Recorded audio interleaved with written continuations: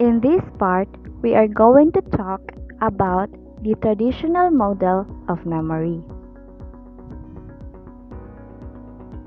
In the mid-1960s, William James first proposed a model of memory, distinguishing two structures, which is the primary memory, which holds temporary information currently in use, and secondary memory, which holds an information permanently or at least a very long time. Today, cognitive psychologists commonly describe the three stores as sensory memory, short-term memory, and long-term memory, and these constructs serve as mental models for understanding how a psychological phenomenon works. An example of an environmental input is a music.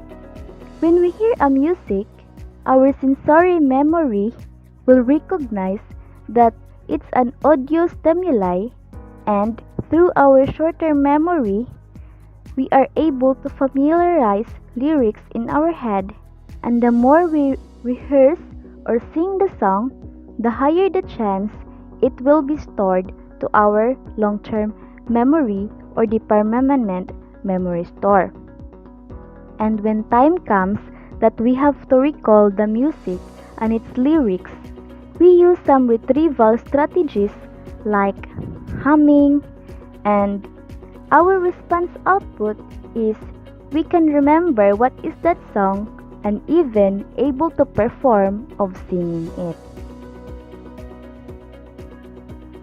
Now, let's take a closer look at the sensory, short-term, and long-term memory. Sensory store or sensory memory. It is capable of storing relatively limited amounts of information for very brief period of time. Also, it is the initial repository of much information that eventually enters the short and long-term stores. We have this called iconic store or iconic memory.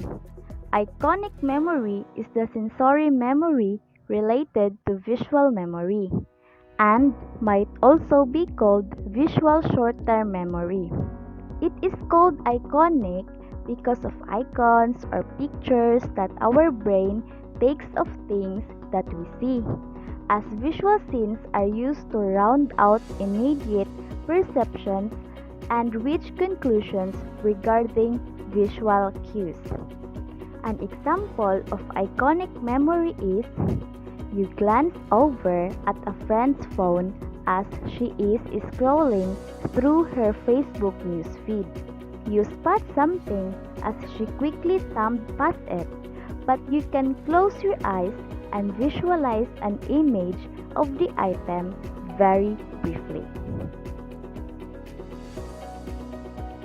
Additional information about the sensory memory is it is a mental representation of how environmental events look, sound, feel, and taste.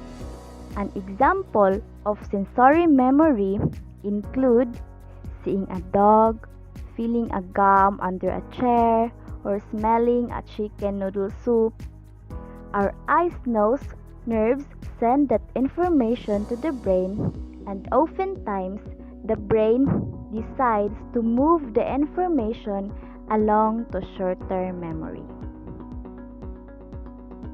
Now we have the short-term store or short-term memory. Short-term memory is how your brain stores small amounts of information it's just taken in. For example, short-term memory can be used to remember a phone number that has just been recited, where you parked your car this morning, what you had for lunch yesterday, and remembering details from a book that you read a few days ago. Also, information in short-term memory can be rehearsed or processed so that it enters long-term memory. Short-term memory, also known as primary or active memory, because it has the information we are currently aware or thinking about. And the information found in short-term memory comes from paying attention to sensory memory. We can increase the duration of short-term memories to an extent by using rehearsal strategies such as saying the information aloud or mentally repeating it. However, the information in short-term memory is also highly susceptible to interference because any new information that enters short-term memory will quickly displace any old information. Now, we have long-term store or long-term memory. Long-term memories are a type of relatively lasting memory. What distinguishes these memories are that they tend to be stable and can last a long time or even for years. Long-term memories are often outside of the consciousness mind, which means this information is largely outside of awareness but can be called into working memory to be used when needed.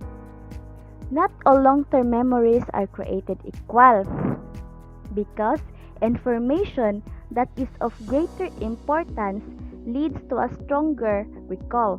For example, you can easily remember the important or serious events in your life, such as your wedding day, with much greater clarity and detail than you can remember in your less memorable days.